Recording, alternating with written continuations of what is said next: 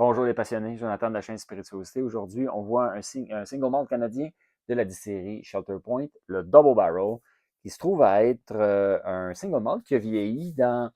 c'est un assemblage, en fait, de vieillissement en fût de chêne neuf et de fût de chêne français. Ils ont fait un assemblage avec ça et ont fait une finition en fût de vin de Blackberry. C'est un vignoble local là, près de la distillerie qui font du vin de Blackberry. Puis ça mature dans des tonneaux. Ils ont fourni un tonneau pour faire une finition en fût de Blackberry. Shelter Point, qui est une distillerie qu'on commence à connaître. On a eu des produits ici disponibles. Le Ripple Rock qui était disponible en SAQ. Puis il y a eu d'autres produits. Ils en ont fait un tourbé aussi. Donc, des bons petits single malt d'une distillerie assez cool, assez le fun, qui font des beaux produits dans l'Ouest canadien. Donc, on a plusieurs bonnes distilleries au Canada qui poussent dans l'Ouest. Celui-là ici, c'est Colombie-Britannique. Euh, Exactement, la ville est marquée Campbell River en Colombie-Britannique. Donc, voilà pour la distillerie Shelter Point. Ils ont un site web super intéressant quand même, Shelter Point. Il y a la SMWS qui se sont procurés un baril de Shelter Point pour faire une édition de la SMWS avec Shelter Point. Donc, c'est un peu un gage de quelque chose de cool, de quelque chose de bon. En fait, ça veut dire que Shelter Point sont capables de livrer du stock qui vont donner une belle expérience, tout comme les scotch dans le coin de l'Écosse. Donc, c'est plutôt un bon signe. Celui-là ici, au nez, beaucoup d'influence boisée. Donc, on peut s'en douter, fût de chêne neuf dans un single malt va donner beaucoup de bois, mais aussi tout le petit côté vanille, le côté sucré. Souvent, ça vient donner ça. Donc, le bois en étant vierge, le chêne, en fait, qui n'en a jamais eu de spiritueux dedans, a énormément à donner. Couleur naturelle, aucune filtration. Donc, voilà. On a un petit côté boisé, mais comme il y a eu un mix avec les fûts de chêne français, on a le côté boisé épicé qui fait plus penser à du bois d'œuvre, à du bois d'église, à un peu d'encens. C'est un caractère boisé un peu plus complexe, avec plus d'épices. Fait qu'on est moins dans... Parce que dernièrement, j'ai vu beaucoup de single malt, beaucoup. Quelques-uns des single malt qui ont vieilli dans les fûts de chêne neuf, du fût de chêne américain. Et on reconnaît des notes qu'on a dans des bourbons, parce que bourbon, c'est vieilli en fût de chêne neuf. Donc, c'est pas pareil, mais il y a quand même des grosses notes boisées, sucrées, vanillées qu'on reconnaît. Dans ce cas-ci, beaucoup de bois, la vanille est là, mais il y a une bonne gamme d'épices boisées qui sont pas là d'habitude. Donc, on reconnaît, quand on commence à goûter des différents produits qui ont vieilli dans des fûts de chêne européens ou des fûts de chêne français, on commence à reconnaître des fois là, ces notes épicées-là. Là. Sinon, derrière, le côté boisé, parce que c'est ça qui est en premier plan,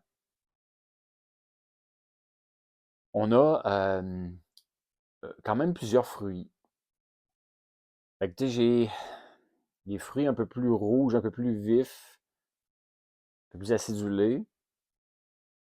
Mais on a des fruits aussi à chair blanche. Fait qu'on a comme un bel amalgame de fruits quand même au nez. Il faut passer derrière le bois. Il faut passer derrière l'espèce de petite épice. Fait que personnellement, pour avoir goûté dernièrement des bons single malt en fût de chêne neuf américain, je trouve que le chêne français brille pas tant dans celui-là ici. Parce que ça fait beaucoup de bois, beaucoup de complexité au niveau du bois, puis pas nécessairement des complexités qui s'arriment bien ensemble. Fait que je vais continuer à l'explorer, mais vite fait, ma première impression, c'est qu'on dirait que la partie épicée du bois fit moins dans le bouquet. Là.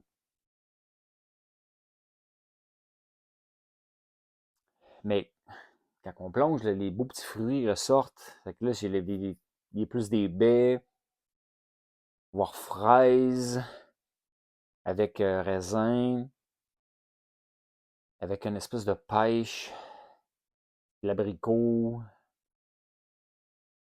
Côté fruité est super bien aussi, là, ça brille. Fait que si vous aimez les épices, ça peut peut-être correspondre. Moi, c'est ça qui clash un petit peu, je trouve. Là. Si on avait enlevé juste la petite portion d'encens puis de bois d'église dans ce whisky-là, il serait assez solide à mon goût. En tout cas, plutôt dans mes cordes à moi.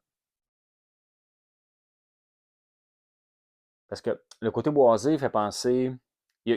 C'est complexe, là. Fait que le chêne, on pense un peu à une corde de bois quand on arrive près là, d'une belle grosse corde de bois qui a séché. Il y a ce petit côté-là. Du côté bois d'église, quand on rentre dans une église. Euh, bon, il y a une vanille, mais la vanille est comme mitigée, complexe un peu, là, avec du jasmin, avec. Y a-t-il un autre épice? J'essaie de voir si c'est pas du gingembre, mais c'est quasiment un petit peu conifère aussi. Bref, la complexité, il y en a. Le morceau d'alcool, il n'y en a pas beaucoup. J'ai pas dit le taux, hein? 46% d'alcool. Donc, c'est pas brûlant au nez. L'alcool est pas mordante. C'est sûr que ma bouteille est entamée. Fait que là, nécessairement, il a perdu un petit peu de son brûlant, s'il y en avait un, à cause que souvent, quand la bouteille est neuve, là, c'est un peu plus attaque, c'est un peu plus vif. Côté alcool, mais là, l'adaptation est super bonne. Maintenant, on plonge. Santé. Hmm. Oh, oh. En bouche. En bouche, il y a quand même pas mal qui se passe. On est le côté fruit vif. Le côté fruité ressort quand même plus au palais. Tu sais, au nez, on les avait, mais il y avait comme la partie boisée qui était comme un peu dominante. En bouche, ma première gorgée était beaucoup axée sur les fruits, les beaux fruits, un peu d'épices, mais là, plus comme qu'on est habitué d'avoir. Il n'y avait pas le côté boisé, épicé, un peu funk. Là, c'était plus des beaux fruits. Là, tu sais, là on se l'imagine, le vin de blackberry au travers de ça. Là. Fait que, tu sais, oui, c'était comme un peu vineux, c'était fruité. On y retourne. Mm. Il y a les épices un peu, mais là, c'est comme plus standard. Il y a le petit côté. Ah, il y a une petite amertume à la fin aussi. Fait que là, je vais essayer de remettre de l'ordre là-dedans. Donc, j'ai commencé avec des fruits. Fait que là, on s'imagine bien la mûre, la blackberry. On retrouve aussi d'autres fruits, un peu plus fruits des champs, assez acidulés, avec une vanille aussi qui est quand même assez là. Le chêne est juste un petit peu plus derrière. Super bon. Il y a quand même pas mal de choses qui se passent en bouche.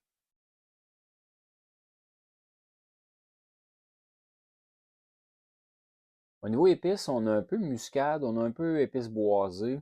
On a le petit côté chêne français, mais il est beaucoup plus équilibré au palais.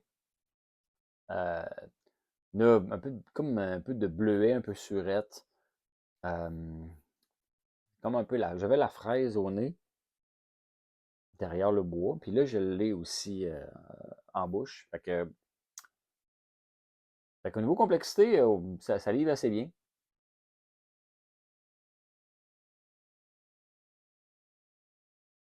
Ouais. Au niveau complexité, on est dans un beau modèle d'une pléthore de saveurs assez intense. Je trouve que l'équilibre, le bois, les fruits, les petites épices, le côté vanille, est assez bien fait. Au palais, vraiment, j'aime plus le palais que j'aimais le nez. Là. Et le nez, j'avais le petit bois qui me dérangeait, mais là, au palais, tout ça me marie super bien. On dirait que là, maintenant, on voit au palais ce qu'il voulait faire, avec la petite touche de finition en fût de vin Blackberry, mais sinon, le reste, les deux sortes de chêne dans la maturation, l'assemblage, là, fait que là, en bouche, l'équilibre est là. Le produit fini, le final de. J'essaie de dire le bon mot, mais l'ensemble de l'œuvre au palais, là, est super bien dosé avec l'équilibre. C'est vraiment très bon.